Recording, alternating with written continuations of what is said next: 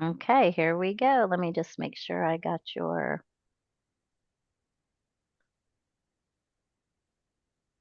Oh,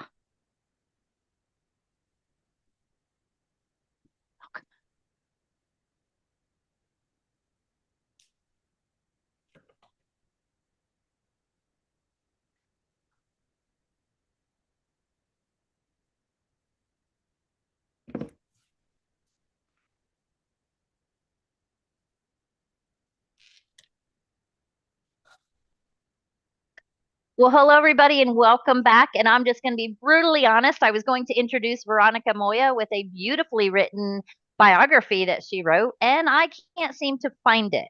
So I am actually just going to say, welcome, Veronica. And I will start by just saying that I absolutely love what she does. She works with children, and I'll let her explain a little bit more about what she does. But importantly, she works with children, spreading the message and teaching emotional intelligence and just how to regulate our feelings and our emotions. And I feel like that is something that not just right now is being missed, but for generations and generations has been missed in the big picture of raising our children. So, welcome, Veronica. Thank you. Thank you. I'm very happy to be here. By the way, you have such amazing energy. It's really a joy to be with you, to be chatting with you. It's very nice. And I love that you don't have my bio. No need. Yeah, no, there really isn't a need because I'm going to let people, you just tell the audience a little bit about yourself, for the people that are just listening and are not watching to get an idea of Veronica's energy. She is literally sitting in the middle of this huge rainbow with clouds all around it. The rainbow literally like frames out her face, absolutely adorable. So, yes, agreed that you as well have a most positive energy. So tell us, Veronica, a little bit about you, how you got started, and what you're doing today. Very good. So I'm Veronica Moya from Argentina, moved into the States about 25 years ago, and I teach children, exclusively children and teens, mindfulness, meditation, and truly how to develop and maintain their connection with their sixth sense, their intuitive abilities, because that's something that we lose as we grow older, because the intellect and the common sense overpowers our intuition. And yeah, so that's my mission, to help children maintain that connection with the soul, with their essence, as they grow older. So when they become our age, they become adults, they don't have to run for the self-help aisle because they are already, you know, wise, self-healing, self-regulated, self-knowing. The getting to know yourself is, I mean, it's really important. And you cannot do that with books. You cannot do that with people telling you you are great. You cannot do that by having straight A's. We know that. I mean, look at Robin Williams, right? It doesn't matter how wonderful you are. If you don't feel that way inside, all bets are off. So, cultivating self-love and self-acceptance is my mission in life, to help, yeah. So, I love it. And I guess when I read your bio, I took a different take on that, is that like I was looking at the emotional intelligence part of it, but that's a very unique part of it, or a very specific part of it. So you're talking about just getting kids back to understanding who they were born as, their divine self, their, yeah, I say it all the time. It's like we're born this beautiful, divine, joyous, happy creature, and then life starts lifing, and people start telling you something other about yourself. Yeah, it's like knock you down, and every time someone else knocks you down and you think something and it's a lie, you believe it and it gets buried so deeply in you. So it's important, like you said, that we don't start looking for these answers and who am I at 26, 27 years old after we're out of the house, but we're doing it now while we're children. We're learning and trusting our instinct. mm-hmm. I love that. Yep. No, and And the funny thing, so I do, I've been working in public schools. I'm from New York City. I just moved to Florida a year ago. And in New York, I was fortunate enough to be able to work at public schools.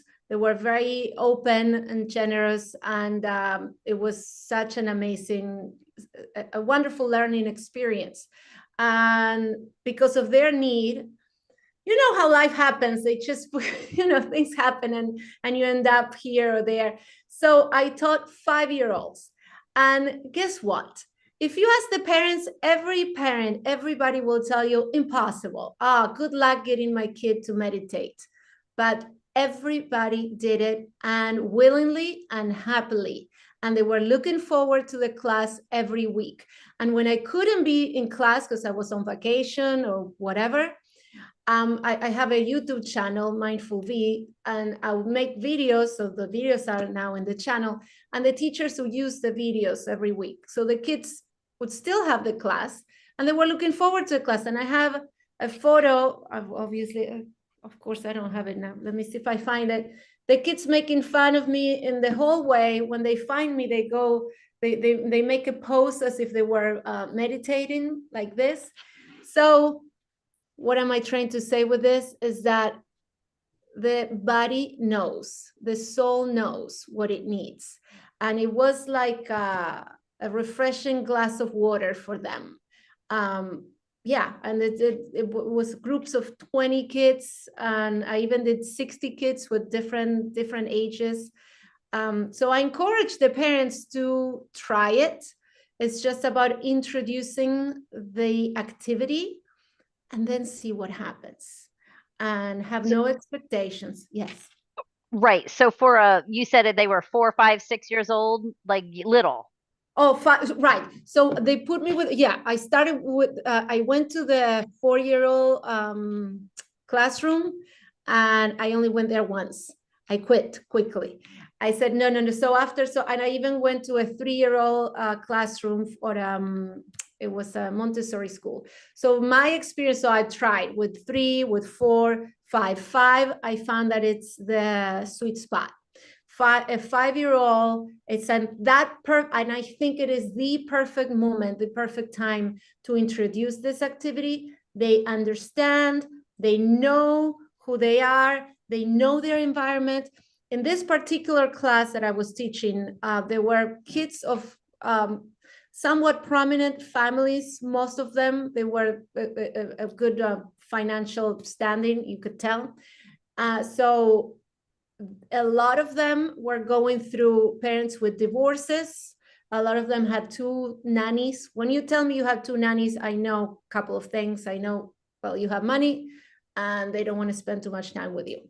Because a working mom doesn't have 2 nannies. A working mom will have the kids stay in the school until 6 p.m. and then, they juggle. And so the kids were very aware of their situation at home. And you hear very interesting things, their take on it. They're not dumb. They are young, but they're very wise, the things they would say. And it was funny because the teachers would laugh sometimes. And I'm like, why would you laugh? Like, it's not nonsense. I believe it. Right. Right. Yeah. Like one kid said he didn't want to live. He wanted to die.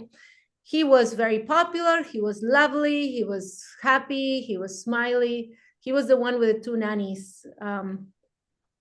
So he wasn't enjoying life here. And I get it. He wasn't kidding. Another one saying they were stressed. They would use the word stress a lot. And that's where the teacher laughed. And the teacher's like, what are you stressed about at 5 years old? Ha, ha, ha, ha, ha. And I'm like, well. Well, and just the fact that the kid used the word stress means that they hear it all the time at home. Children don't come up with that word like I'm stressed by themselves. Right. But they knew what they were saying. It's not like Oh yeah. it was like a fun word to say. I knew. And then another little kid, her parents were getting divorced. So in many cases, they were all 5, obviously. In many cases, the parents would lie to them. And I guess I understand the parents. I'm assuming they were having a hard time and were trying to navigate the divorce.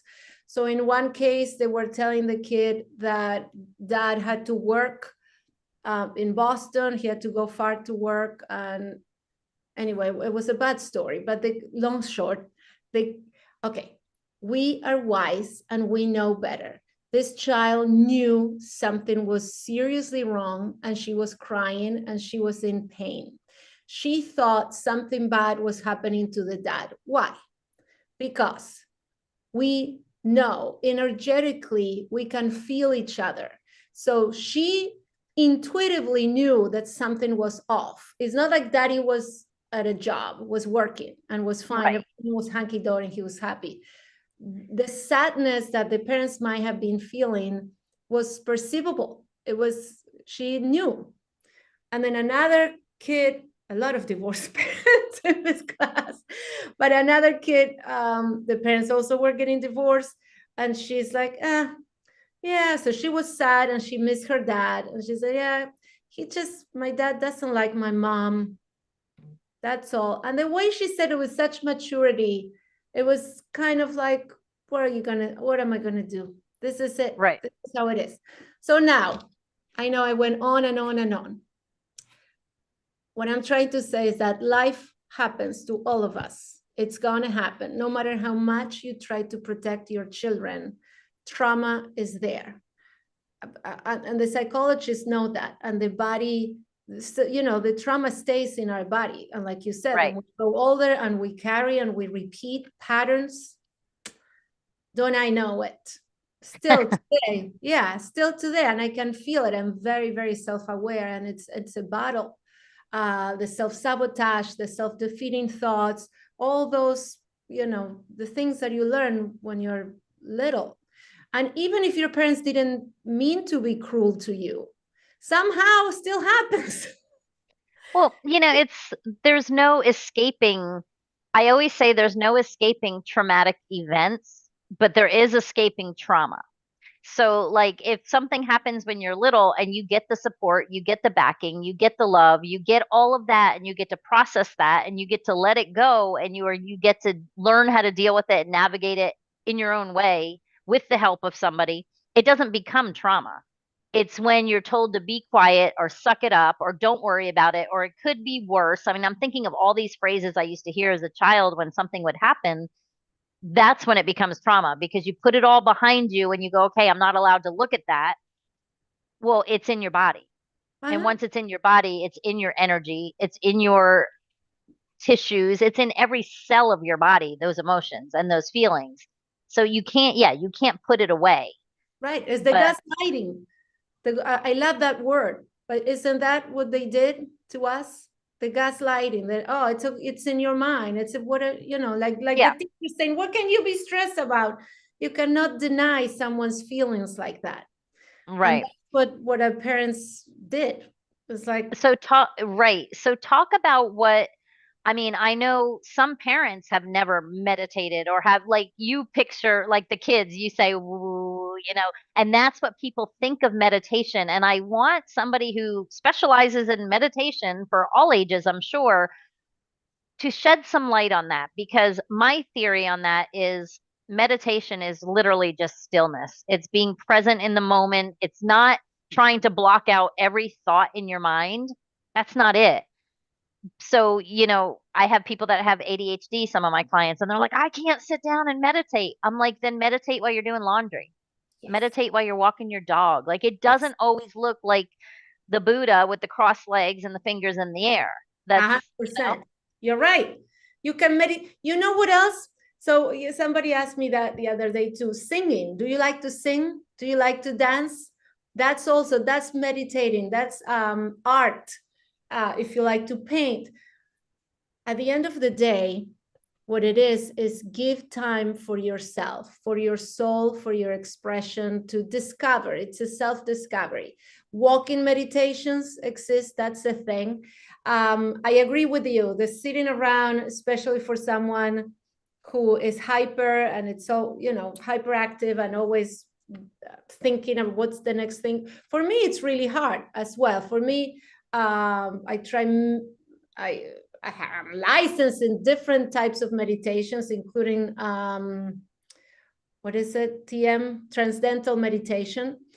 But yeah, what I've learned is, so for what works well for me, what I like is guided meditations. Mm-hmm. And again, it is about being kind to yourself. So let's say if you did a guide, that's billions of guided meditations on YouTube. Just go on YouTube Mm-hmm. and find something that you like. I found a couple for me. I like Louise Hay. She has a morning meditation that my husband laughed about, always made fun of me for listening to it. I don't care. It's so good for me. You know, you have to find something that speaks to you. That's number one. And number two, be kind to yourself. It's okay if you're listening to it and you're not in a deep, you know, because I think that's the thing, the expectations, right? We want to be, like you say, like the Buddha, completely in trance, like Right. you meditate in trance. No. I like her meditation. It's just about gratitude, and she enumerates all the things that you can be thankful for. And it's very silly and it's very profound at the same time. And the music is soothing. It's great. And then I like Esther Hicks. It's not for everybody because she channels, you know, but anyway, I know that's controversial, but she has also been helpful. She has a series of meditations, getting to the vortex. And I used to listen to that as well. So find what works for you. Just like you said, if you're nobody irons anymore. My mother, she irons everything. But whatever you're doing, you're meditating more than you think, because daydreaming is meditating. Like I said, singing, art, that's a meditative state as well. And that's when genius happens. Yesterday, I was telling you, I had a sad experience. I was giving a talk about the importance of the intuition, and I was quoting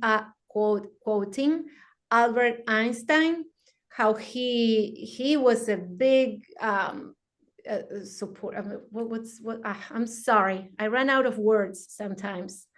What I want to say, I don't want to say supporter, but he used his intuition more than anything. So his Right. genius didn't come from his brain, his analytical mind. His genius truly came from his sixth sense, from his intuition. And he talked about it all the time. And I printed it out, and I was presenting, and he said, so he was very musical as well. And he played the violin. And so how about that? If a genius like that is telling you this is the way, try it, right? Well, and I say that with anything. It's nothing hurts to give it a shot.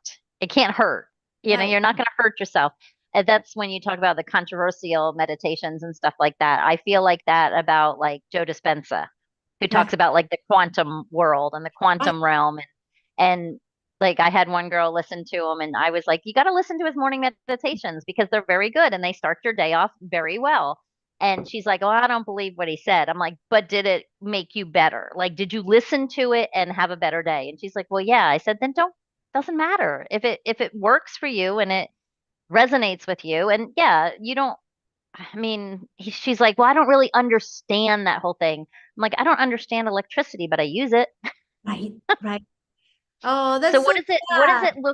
what does it look like for you with a group of 5-year-olds? So I come to the class. Oh, so with a group of 5-year-olds, my class tends to be, I'm going to say, about 10 minutes long. And then we do, Okay. so because so I was going to, the teachers really love me. They wanted me to come. And I feel that the teacher needed a break. They wanted an hour break. So I stretched the class to make it last at least 45 minutes. So we'll sit down and I use, I should have brought the book. So I'm certified in mindfulness for children to teach children in schools. So I use their curriculum, which is really good. But each class is supposed to be no more than 10, 15 minutes. And they do this on purpose because they know the attention span. But after I do the mindfulness curriculum, I also add my little thing. Like I said, I love guided meditations, and my guided meditations are really jam-packed with positive affirmations, positive, all those things that we need to hear on a regular basis, and we don't tell ourselves, and we should. And just in case, because kids are being told no, no, no, no, no all the time. And this is the age where the perception of the self is being created. And it is so easy, so easily you can think that you're not great, you're not good enough, because all we see is our mistakes. There's always Well, and that's with, unfortunately, and it's not good parents, bad parents. It's just it's human nature. It's quick to jump on the things that are negative and not to jump on the things that are positive. So a kid might do 15 good things, but then it's like they do that one wrong thing and they get in trouble. That's all they remember. Right. Well, that's just the way when I start going to, so okay, so I do the mindfulness, and then I do a little guided meditation. And as they get older, like I noticed this with not so much the 5-year-old, but the 6-year-olds, 1 year, only 1 year makes a big difference. It's interesting. So I start and I do just 6 minutes, and I'm the first one to be so surprised. It is awesome. I mean, I love it. I love what I do. And I love to see the reactions and the results. And I'm ready to, I'm kind of ready to, it's being not so successful. And when I see that it surpassed my expectations, I get so happy. Because so I start and I said, okay, it'll be a 5-6 minute thing. And the kids are in it. They're into it. It makes no sense to stop at 5 or 6 minutes because they're enjoying it. They're in it. And so we keep going. And so after the meditation, then we chat, we talk about the experience, and then they do artwork or journaling and write or about what we just did. Yeah, I forgot. I was going to say something and then I went. No, I was just curious what it kind of looked like. So, like, if parents wanted to get into a habit doing this with their children, what are some prompts or what are some tips you could give them? Because, I mean, I would probably say 80% of the parents out there have never even thought about it. Perfect. Yes, super easy. If you're a parent and you want to implement it, 2 things. Number 1, know and trust that your child is very wise and they know better.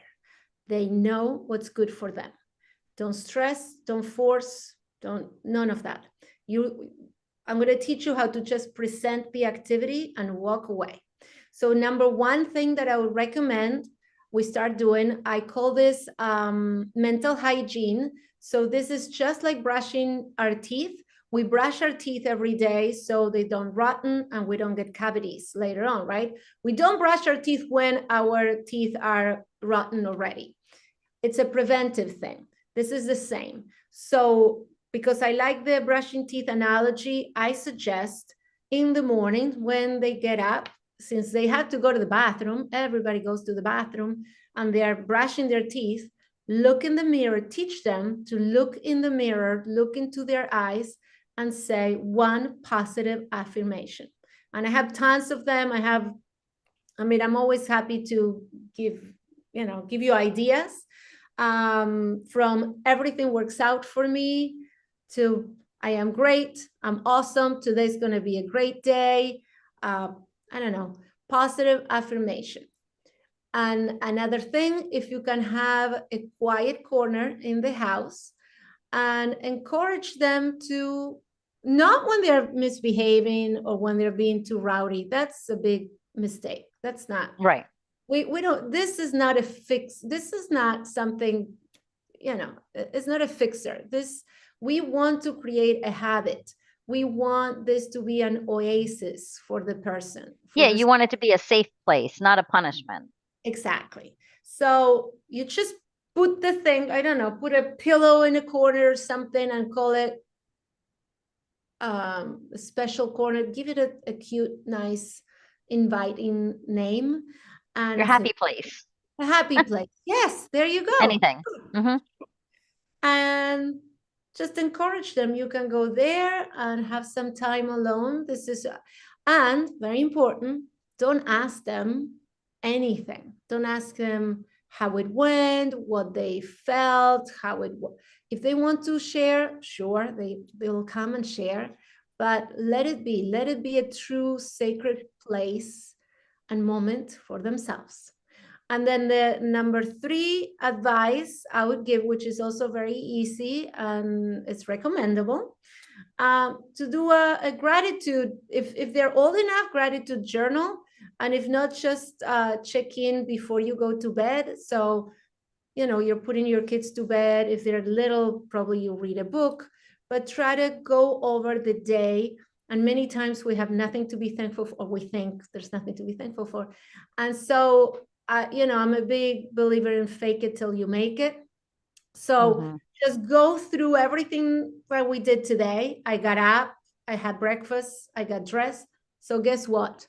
I'm thankful because I had clothes to put on. I'm thankful because I have breakfast. I'm thankful that I had papilla, what do you call it? That I can taste the food. I am thankful that I have hair that I can brush.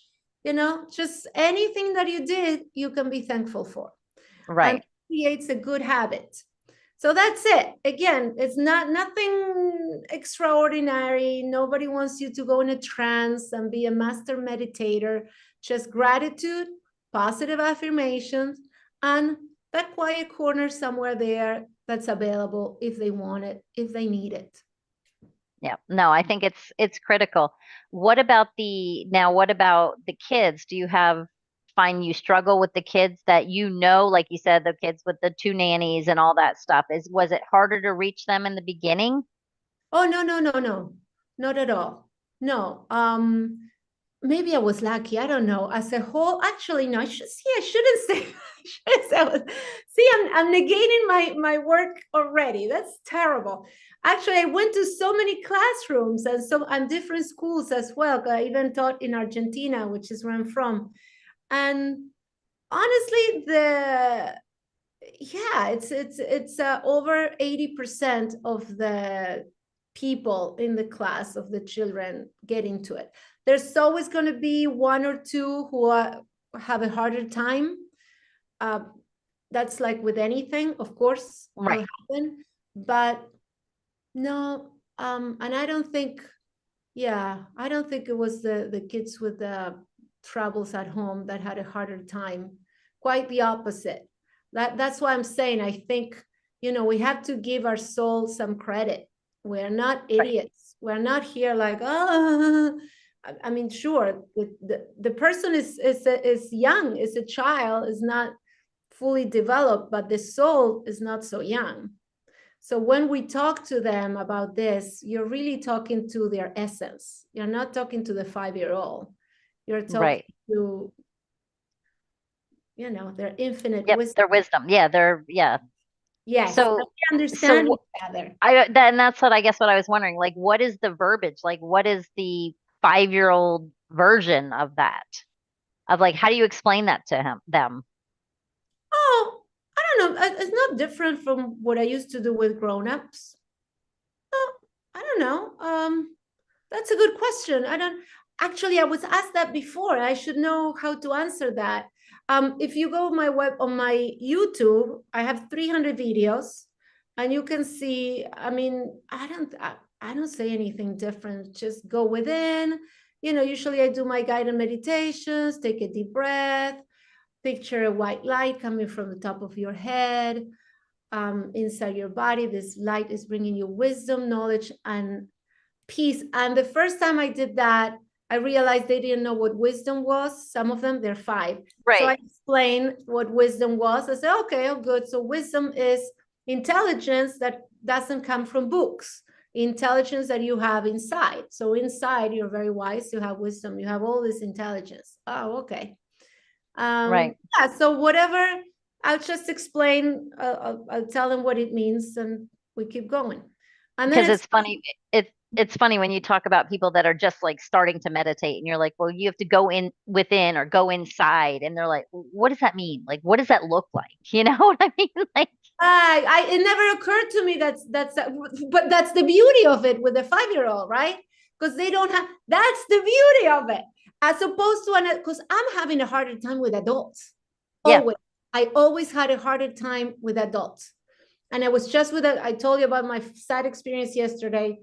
And it makes me so sad. It really breaks my heart to see adults fighting it and having a really, really hard time, like really, like almost aggressive, like there's something there, there's something really bothers them. And with kids, no, it's easy, smooth. There's no, yeah, they're not jaded yet, especially the 5-year-old. As they I, grow older, now I had issues with an 11-year-old, not issues, but again, here's the sadness begins. So in the same school I used to go, so I went to the 5-year-olds and the 6, 7, and there was this class, I'm gonna guess they were around 10, 11. And to see that, to see the change was pretty heartbreaking for me, because already at this age, I see how they're skeptical. They're becoming skeptical. And I would say, listen, you have magic inside of you. Nah, don't believe that. Oh boy. All right. So, it's, yeah, that was more, that's why I insist, parents, please, 5-year-old, that's the sweet spot. And if they start at 5, they understand, they will embrace it. They see how powerful it is, how delicious it is to go within and connect with their inner guidance. And then when they're 10, 11, 12, 20, they're not, probably they won't turn out to be so jaded and cynical. jaded. That jaded is actually a really good word to use because, and do you give them anything to send home, like to explain the process with the parents? Because I feel like parents, especially busy, I'm just going to say busy. I'm not going to say neglectful. I'm not going to say any of that. Um, to follow through, let the kid experience it and not shut it down because I feel like in this day and age, you're going to get a lot of that. You're going to get a lot of that poo poo. That's not the way it is. That's not the way life is. You're going to hear a lot of that. Yes. They're going to hear a lot of that. Yes, sadly. Yes. Hmm. Well, that's why I'm in a mission. I mean, if we could do this in every school, if somebody would listen, if they could understand how important, I keep saying just 5 minutes a day. And yeah, the skepticism with the parents, that's a big roadblock. That's a big one. And that really is with anything. I have a book called Surviving Alcoholic Parents, but it's like, how do you get it to the kids? You're not going to give it to the parents to give to the kids. You're not going to, that was my, like, how do you, like you said, how do you get them on board? Because it's the misbelievers and it's the neglectful people and it's those people that have these children. Like, it's like, so it's like you have to get it across the board. So I understand your frustration with that for sure. Yeah. It's very sad. It's very sad. It's very sad because I see how the kids are truly open, ready, and willing to receive, and they want it. Like they're hungry for it. They're thirsty for it. So, Hmm. like I said, all you had to do is just offer it. If you're a parent, open the door and see what happens. And when you talk to your kids, just talk to that side, that part of them, not the person, not the personality. There's layers to us, right? There's that part that listens differently and trust. Absolutely. Yeah, they're And listening. trust. Trust. Yes. Hmm.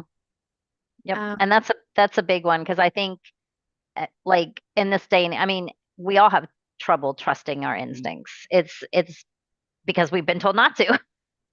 no, it's yeah. We in our education, it's like I was just so I have a funny, so I am very intuitive. I should pat myself in the back and be proud of myself for all my accomplishments. And I have my intuition to thank 100% for all of it.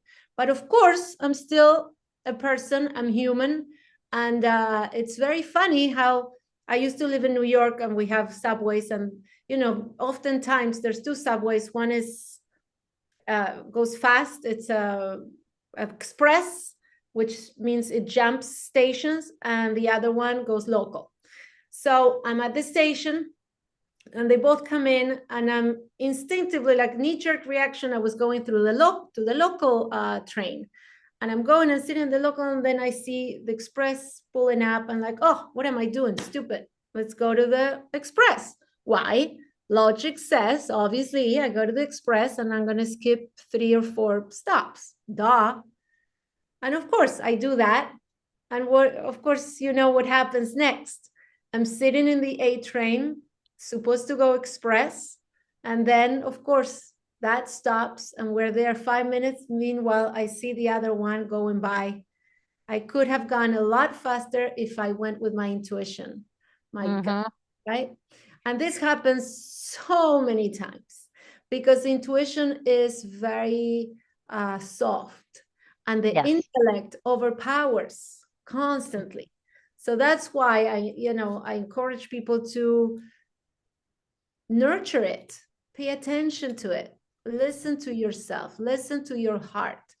Yep. Present, be mindful. When we are there, when we are in this relaxed state and state of self-love, self-acceptance, and self-knowing, and this thing of knowing things will work out for me. I am protected. Everything's okay. And then you can trust that little soft inner That voice. little nudge. Yep. Absolutely. That's a very, very, very simple way of putting that. So thank you, because it is that nudge that you learn to ignore. That because your rational brain kicks in and goes, no, dummy, you should need to do this, or I've been told this and that. But it's kind of like, I don't know why I do it, but it's like you can walk by something 10 times on the floor, and the 11th time you pick it up. And I'd have had someone at work do that to me and be like, you walked by that 10 times. Why did you pick it up the 11th time? And it's like, because I just had this feeling that if I didn't, something bad was going to happen. So it's like, and you have those things all the time where it's like you get these little nudges and then you're like, there's something's wrong with that. And especially parents, if you get that little inkling of, ooh, something doesn't feel right, by all means, it doesn't, there's some reason for Yes. it. Like it, mm-hmm. We're, And yeah, we're the only animals who ignore our instincts, our intuition. mhm. All the rest of the animal world, they know what to do. They go where their instinct tells them. They're not speculating. They're not thinking, maybe I won't migrate this time. Maybe no. Exactly. No birds go, well, I wonder, my body's saying fly, but maybe I'll just stick it out for the winter. Exactly. We are the Yeah. only ones who do that. We're And the only, we we're bend literally like the a only species pretzel that, uh-huh.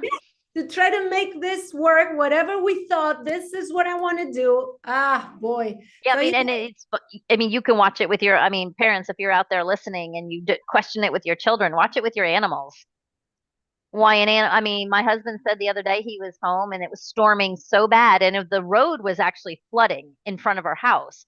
And my husband said every time he went near the door, that dog would bark and growl and just would not let him near the door, you know? But what do people do? Oh, it's just water. The dog knows, stay the hell inside. It's right. not good out there.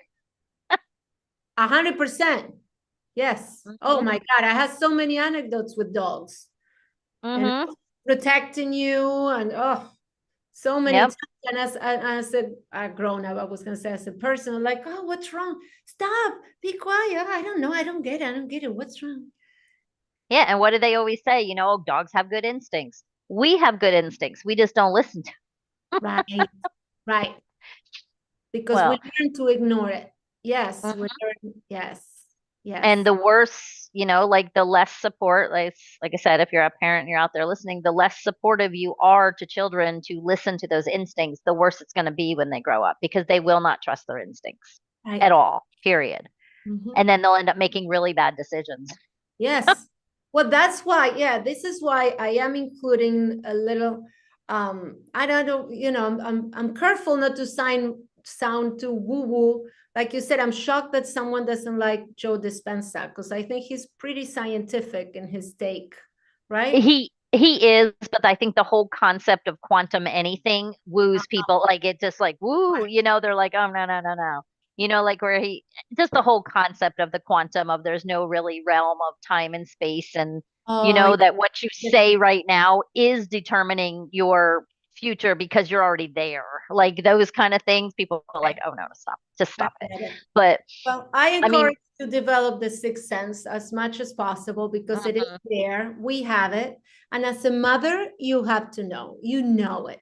What do you think? Just use it. Let's use it more and let's enhance it, emphasize it instead of ignoring it and think, oh, it's a coincidence or whatever. But we do this all the time. I hear people, oh, I had a feeling, or I had a, when you like someone or you don't like someone. Yeah, that's your intuition. I 100% believe we have sixth sense, and for some reason, because there's always someone has to ruin things for us, and maybe because of the occult and all the talking with the spirits and this and that and the mediumship and whatnot, then it all gets it gets all mushed up with the woo and the stuff right, that's etc. not But it's realistic. not. This is just as real as the nose in the middle of your face. We all have one, Absolutely. right? Everybody can smell. If you have to explain to someone, an ET comes in and asks you, what is smell? What do you mean? How do you smell? How do you do that? I don't know. I can smell things. I don't know. This is the same. We have that Hmm. sense. And how is it? You don't need to explain it. We don't need scientists to give us permission to have an instinct and to have a sixth sense and intuition. We I have it. think I I think one of my last episodes was just on intuition. I think we did the whole thing on intuition. So this will be a good piggyback. I'll have to refer back, figure out what episode it is and put it in the show notes to go back to kind of do the, because you work with mostly with the children and then that's working with an adult. But Mhm. literally it makes huge sense either way. But I think people miss the boat on really nurturing that with their children while they're young. That's where I think where we're missing. We're stifling that intuition so young. Yes. But Yeah. we're stifling it when they're still young enough to believe what we're saying that doesn't matter, that doesn't count. That's nonsense and that's wrong. So It is wrong. It's almost criminal when you think about yeah. it. What are you doing? Shutting it down. And again, it is gaslighting. Because if I'm Hmm. telling you, I see this, I perceive this, I'm feeling this, all right, it's valid. Even if I Yep. don't get it, I don't see the same, I don't have the Yeah. same experience, but that's all right. You go with it. You don't Yes, have to. yeah, just to teach them you're all knowing, you have everything you need, it's inside of you. And that's a safe place. Anytime you go, you don't know what to do, you're stressed, you're nervous about a test or an audition or a tryout at school, or even, I mean, social anxiety is huge. And I Mhm. was a popular kid. So most of my work is, obviously everything we do is based on our life experience, right? And for me, I was like, I grew up with like regular, normal parents, seemingly a healthy, happy environment. And yet I I have my issues. I have my We all do. right. So objectively speaking, if someone who was popular and well liked and all that had the problems that I had, the anxiety, the fears, that I'm not going to be liked, and why? Yeah, partly my mother and her. I was 5 years old. She told me I was a mean girl. I was. How can kids like me? I'm so mean and I'm so rude. Because yeah, I was irritable. I was a bit irritable, but when your mother tells you that you're no good at 5 years old, that's uh, pretty harsh. That determines, that A sets, lot. yeah. And It so sets the my stage. entire life, it was my sixth, my seventh, every birthday I had huge anxiety thinking nobody's going to show up. Nobody's going to come to my birthday. It's horrible. As a 6 Hmm. year old, as a 7 year old, it's a horrible feeling to have. I was doing that to myself. Nobody did that to me. The kids did like me. I had good friends. I was well liked. Where did that come from? I don't know, but I felt that way. And this is Right. why I'm doing this today. I wouldn't want anybody to feel this way. It's gratuitous. It's unnecessary. Horrible things Absolutely. we do to ourselves. Oh, yeah. Absolutely. Well, thank you so much for coming on. This was super fun. So if people want to work with you, where do they find you? What's the quickest place? Oh, very easy. My website is my name. So Veronica Moya, Moya.com. And there. And if you Google my name, Veronica Moya, you'll find me. You'll see the YouTube channel and everything else. Oh, okay, and I'll put all that in the show notes. But Cool. before you go, first of all, thank you for coming on. It was super fun. And before you go, give the listeners one last piece of advice, or if you could give them one piece of advice, what would it be? I would give you my absolute most favorite affirmation that I want everybody to say to themselves. Two things. If I'm talking to grown-ups. One, I approve of myself. I approve of myself. 100 times a day, as many times as possible, I approve of myself. And number two, this is my personal favorite, everything works out for me. Mm, Everything works out for me. I find it to be very powerful. Everything works out for me because why wouldn't it? You decide. You are the boss of you. You create. So, absolutely. And I'm writing these down. So I will put that in the show notes too. So everybody that's listening out there, when you forget what she said, it's I approve of myself and everything works out for me. yes, And say it different times throughout the day too. I mean, most important, absolute most important is first thing in the morning. But then your body also, you do a mental reset about 2 o'clock, 4 o'clock, somewhere in there, and then you do another one between 7 and 9. Your brain resets literally. So those are good times. If you're going to pick 3 times during the day, those are the times and yes, use them. But yes. thank you so much, Veronica, for coming on. Thank you. It was awesome. You're Yes, it was. lovely. Thank you. Thank Thank you. you. Thank you.